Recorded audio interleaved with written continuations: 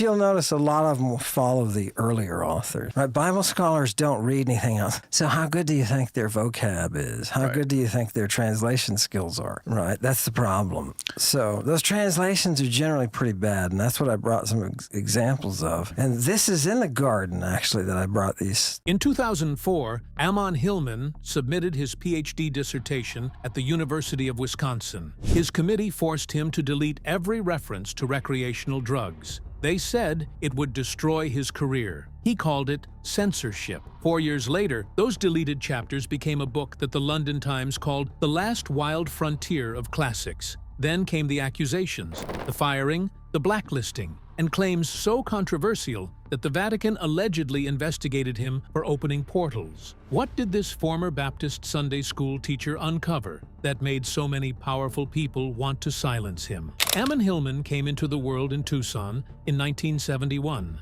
and from the start, his days moved around faith. His parents followed strict Baptist rules, so his childhood felt like one long lesson in devotion. Church shaped the rhythm of their home. Sunday mornings were never optional, and every day carried some form of prayer or scripture reading. As he grew older, he absorbed those teachings with a kind of fierce focus. By the time he turned 10, he was already memorizing long passages from the Bible. And by 13, he was leading prayer groups, while other kids his age were still trying to understand basic verses. His parents kept a close watch on what entered the house. Secular music was off limits. Movies were filtered. Certain books weren't allowed at all. This created a world where faith felt like both a comfort and a boundary, and it slowly shaped him into someone who saw religion as the center of life. That early devotion pushed him forward when he reached 17 and began teaching Sunday school. It wasn't just a hobby for him.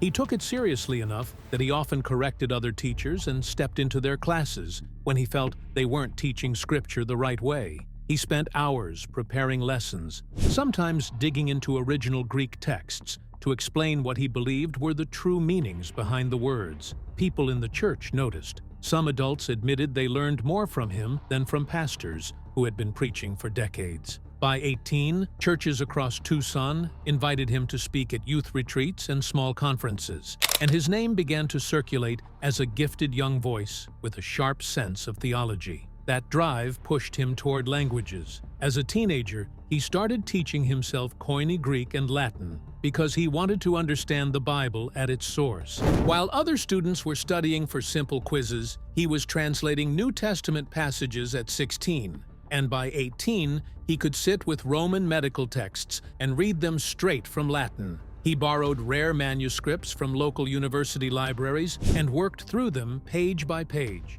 His professors later said that by the time he reached college, he was already functioning like a trained translator. His obsession grew into skill, and his skill became the foundation of his future work. He also had another long-term plan forming quietly in the background. From age 14, he began saving money for Dallas Theological Seminary. He took any job he could find. He washed cars under the Arizona sun, mowed lawns on weekends, and tutored kids in the same ancient languages he had taught himself. By the time he finished high school, he had saved more than $5,000. That amount mattered because his parents didn't have the money to send him to seminary, so he skipped outings and new clothes, staying focused on building the savings he needed. When he finally arrived at seminary, people noticed right away that he carried a level of discipline and purpose that set him apart. His path through school was shaped even more by the place he attended before seminary.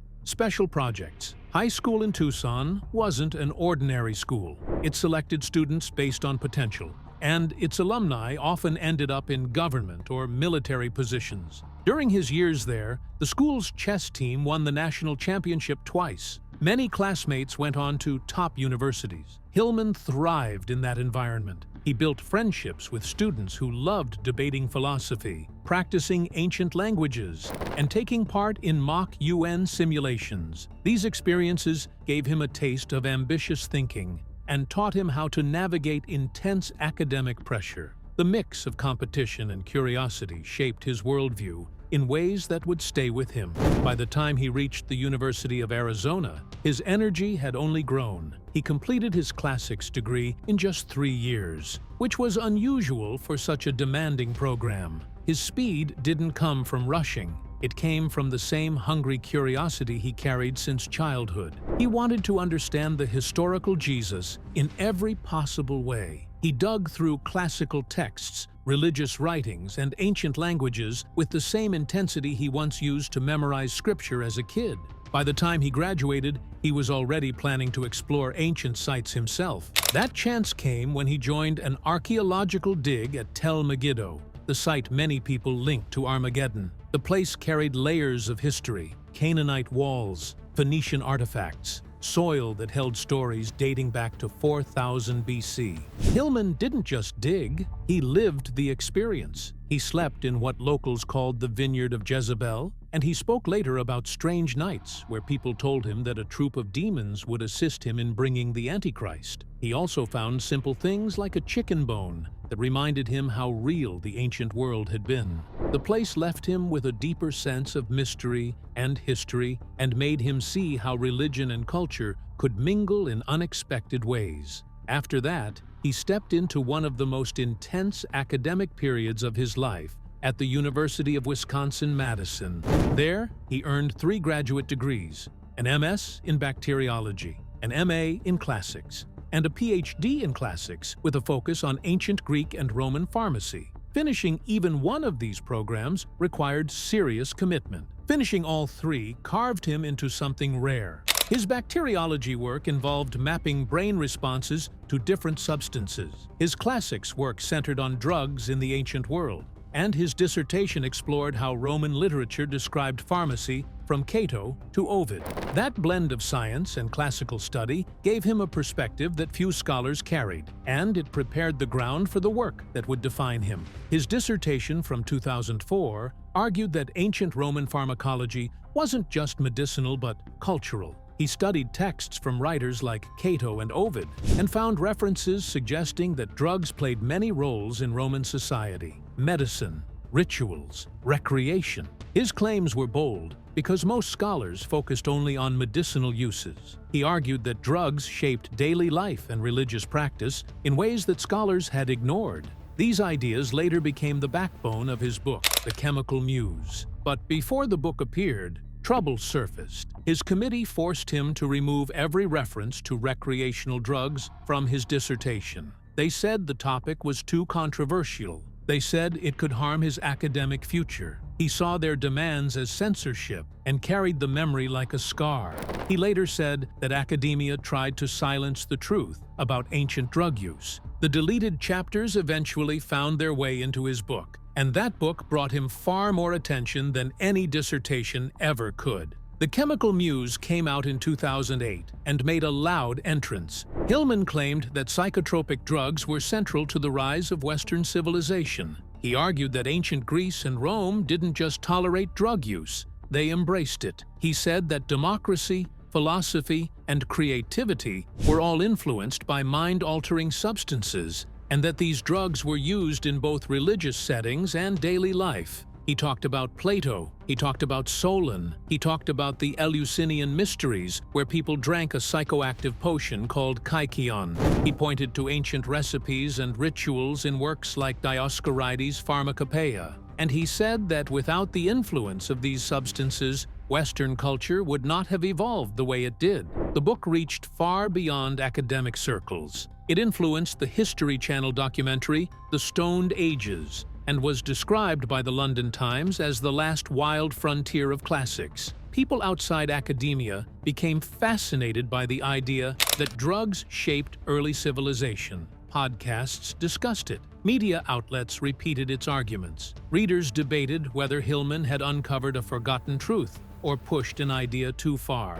His book became a doorway for many people to rethink ancient history and reconsider modern attitudes toward drugs. But praise wasn't the only thing that followed. Academics pushed back hard. Reviews from scholars said he made sweeping claims without enough evidence and took passages out of context. Critics accused him of forcing ancient texts into modern narratives. Kirkus Reviews said the book pushed an agenda more than a balanced argument. Hillman responded by accusing academia of hiding the truth deliberately. He said scholars had engaged in misdirection for decades to avoid admitting how common drug use was in early civilizations. This argument made him a champion for readers who distrusted academic institutions and a target for scholars who found his claims irresponsible. Ammon Hillman's story at St. Mary's University, Minnesota, moves in a way that pulls you in because it starts with dedication and slowly drifts into conflict, confusion, and a kind of collapse he never thought he would face. In 2015, he was a single father of two who worked full-time as a custodian while also teaching Latin and Greek as an adjunct professor. Every week, he balanced 40 hours of cleaning with classes that he prepared late at night. Students responded to his style more than they had in the previous 16 years, and the department chair, Dorothy Deal, even called him an excellent professor. That energy carried into everything he tried, including his decision to translate and stage Seneca's Medea with props that matched ancient Roman theater. Among those props were Etruscan phallic amulets, known as fascina, which were used historically to force audiences to face their own greed and hypocrisy. Hillman used them for that message, not for shock, and he felt the director understood that, but tension started rising anyway. Dean Michael Charon stepped in and banned the fascina because he said they were too suggestive. Hillman pushed back, insisting that historical accuracy mattered and that censoring them would weaken the play. Not long after that, a student filed a sexual harassment complaint connected to the production. Hillman denied it from the start. He believed the administration disliked the play's message and the attention it brought to uncomfortable themes. He never received a formal copy of the investigation, and no one explained what evidence existed. Both his teaching and custodial contracts were suddenly terminated. The university cited federal law and confidentiality, while critics argued that the process ignored fairness and transparency. Public court documents later revealed messy and conflicting details, including allegations of sexual commentary and stalking, though Hillman said he was innocent and insisted everything was misinterpreted. Regardless of what anyone believed, the accusation stained his reputation so deeply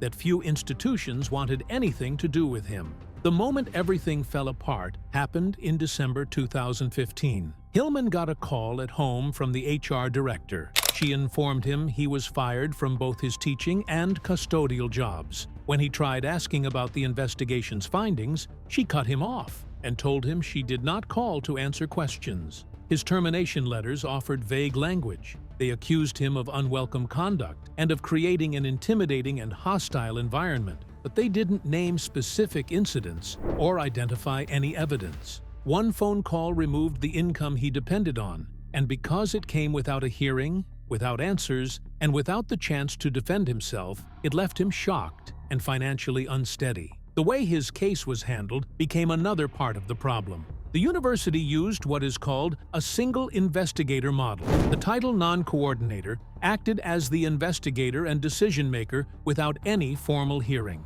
Hillman had no right to bring a lawyer. Even his department chair was barred from joining the process. The charges were written in broad phrases like unwelcome conduct and hostile environment, making it impossible for him to respond to specific claims. Organizations such as FIRE pointed to these issues and argued that this approach denied him basic due process and fairness. For Hillman, it meant fighting shadows because he never knew exactly what he was being accused of. As the story unfolded, it became clear that Hillman was terminated before the allegations were even proven. Dorothy Deal later asked the HR director whether the accusations had been substantiated. She was told the investigation was still ongoing. The director then explained that because Hillman's contract was open, the university could dismiss him at any time without giving a reason. Hearing this troubled many people because it suggested he had been removed without evidence and before any formal conclusion.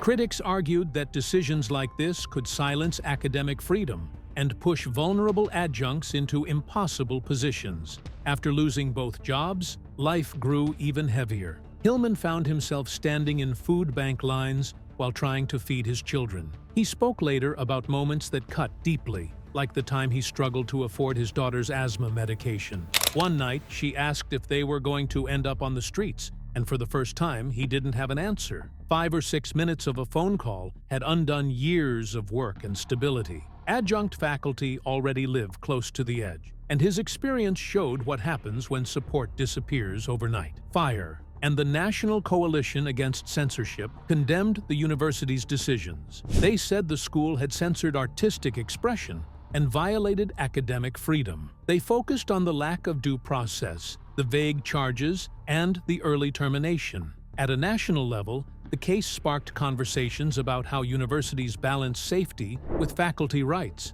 and how fragile academic employment can be when institutions act without transparency. The impact on Hillman's career followed him like a mark he could not wash away. In January 2019, public court documents and his own sworn deposition revealed he had admitted to sexual harassment during conversations with staff. This admission complicated everything and made many HR departments wary of hiring him. He told FIRE that almost no employer would give a chance to someone carrying that kind of stain, and that it felt like a scarlet letter. Between the university's statements about confidentiality and the criticisms from free expression advocates, his standing in academia collapsed completely. Losing his custodial job alongside his teaching role only deepened that fall and forced him to rethink his path. Even while blacklisted, Hillman continued his research. He focused on ancient pharmacology and religious texts, exploring how drugs influenced Western civilization. In his book, The Chemical Muse, published in 2008, he argued that psychotropic drug use was common in Greco-Roman culture, and that it played a role in shaping political and cultural developments. He claimed that priestesses in the late Bronze Age used reptile toxins and mammary fluids in rituals to induce visions. He described a world where dragons and wolves in myth came from animals exposed to venoms and antidotes through priestess rites. Scholars rejected his theories and said they were unsupported by evidence. Even so, he stayed committed to his work, calling it his true calling now that traditional academia had closed its doors. As he kept digging into ancient ideas, he also built theories about something he called the Vox Orphica. According to Hillman, this was a secret ancient language hidden inside classical texts. He believed it unlocked messages only meant for certain initiates, and that understanding it could change interpretations of entire works. Critics like historian Richard Carrier dismissed these theories completely, calling them ungrounded and flawed.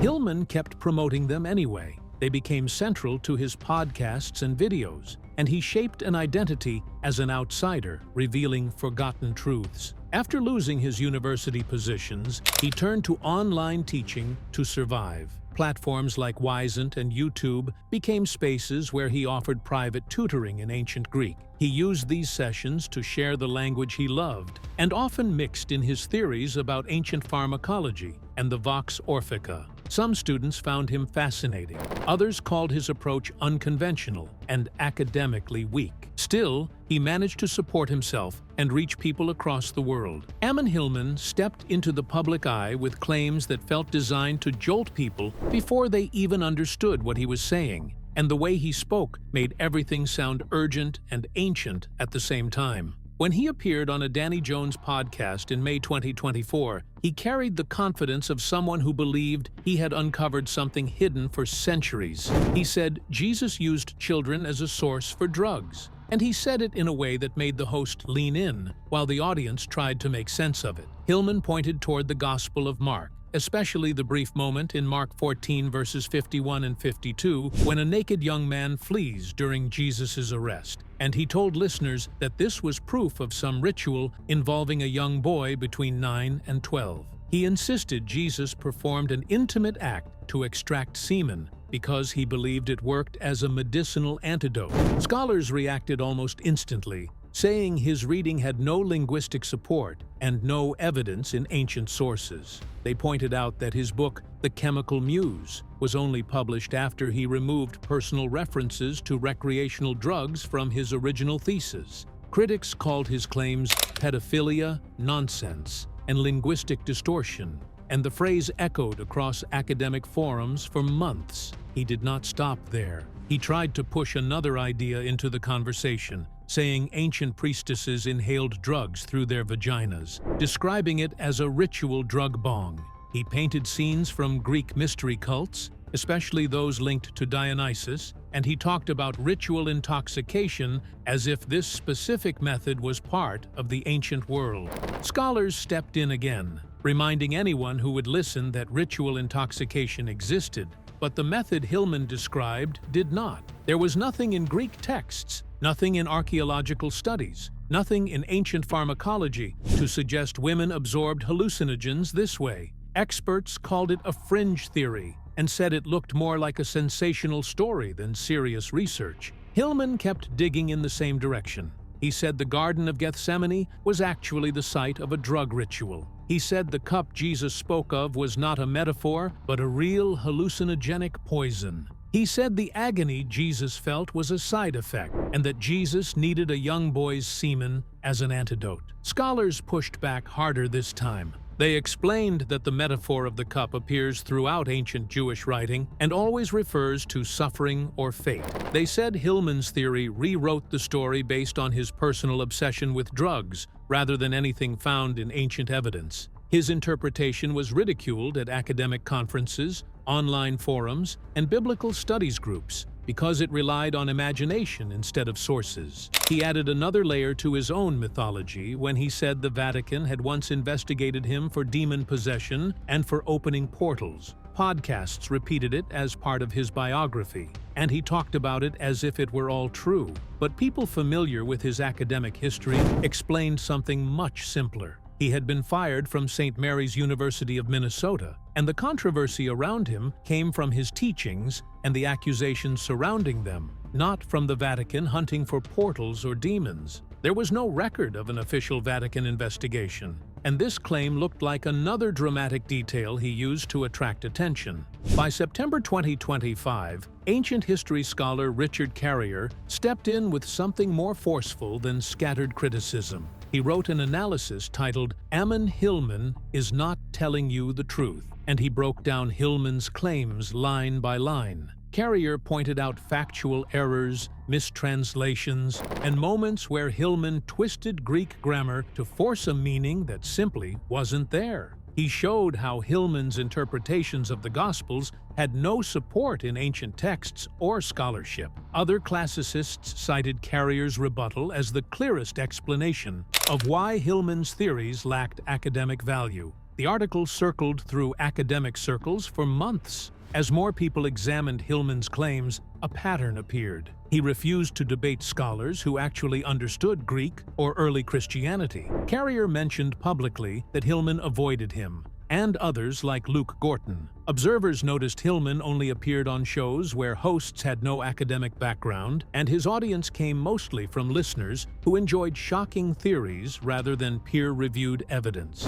His critics said he stayed away from experts because he knew his arguments would fall apart the moment someone dissected the Greek grammar in real time. Carrier and other scholars kept highlighting the same issue. Hillman manipulated Greek grammar to create meanings that did not exist. One example involved a passage from Apollonius, where Hillman said the text described nymphs carrying flowers in their gowns as proof of vaginal drug rituals. Scholars examined the actual Greek words and pointed out that Hillman had confused masculine singular with neuter plural forms and ignored context. They said the mistakes looked deliberate because even undergraduate students would not make those errors. To them, it showed he was reading meaning into the text rather than drawing meaning out. The claim about vaginal drug inhalation collapsed quickly. Carrier and other classicists debunked it by going back to the ancient passages Hillman cited. They showed there was no reference to such rituals. The passage described nymphs carrying flowers to a shrine.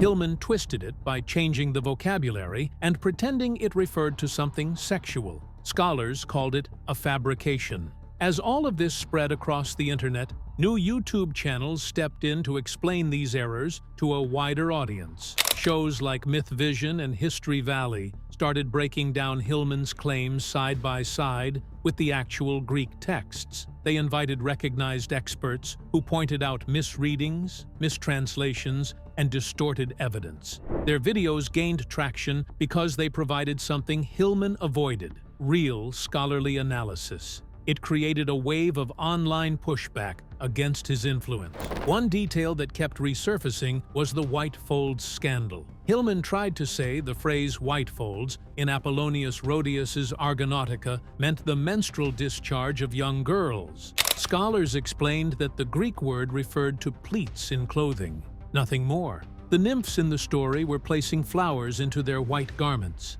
There was no sexual meaning, no hidden code. The passage was about saffron gathering for a ritual. Classicists dismissed Hillman's interpretation as another deliberate distortion meant to shock. He also told audiences that Jesus' name in Greek was Jason. He implied this meant Jesus had ties to the mythological hero, and that both shared similar rituals involving drugs. Scholars knew immediately this was false. The Greek name for Jesus was Isus, a translation of the Hebrew name Yehoshua. Jason was Iason, a completely different name with a different meaning. Hillman cited Karl Ruck, but Ruck never made such a claim. Scholars called this another example of Hillman inventing connections that never existed. Hillman claimed that references to thrones in ancient texts actually meant drug use. He built this idea by stretching grammatical possibilities and ignoring context. Scholars explained that the Greek word thronos always meant a seat or place of honor. It was used that way across literature, mythology, and archaeological findings.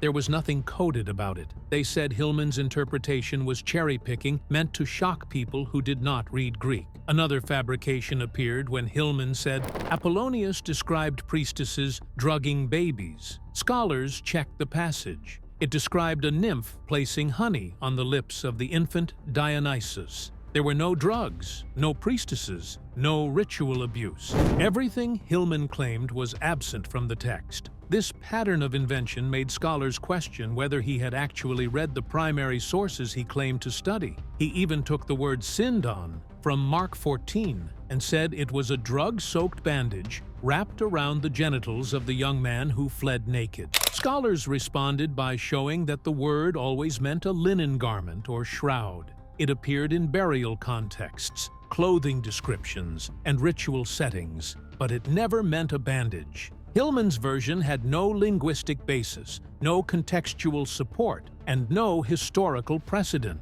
By January 2026, Hillman was no longer teaching anywhere. He had been fired from St. Mary's University of Minnesota in 2015 after sexual harassment allegations and the controversies surrounding his production of the play Medea.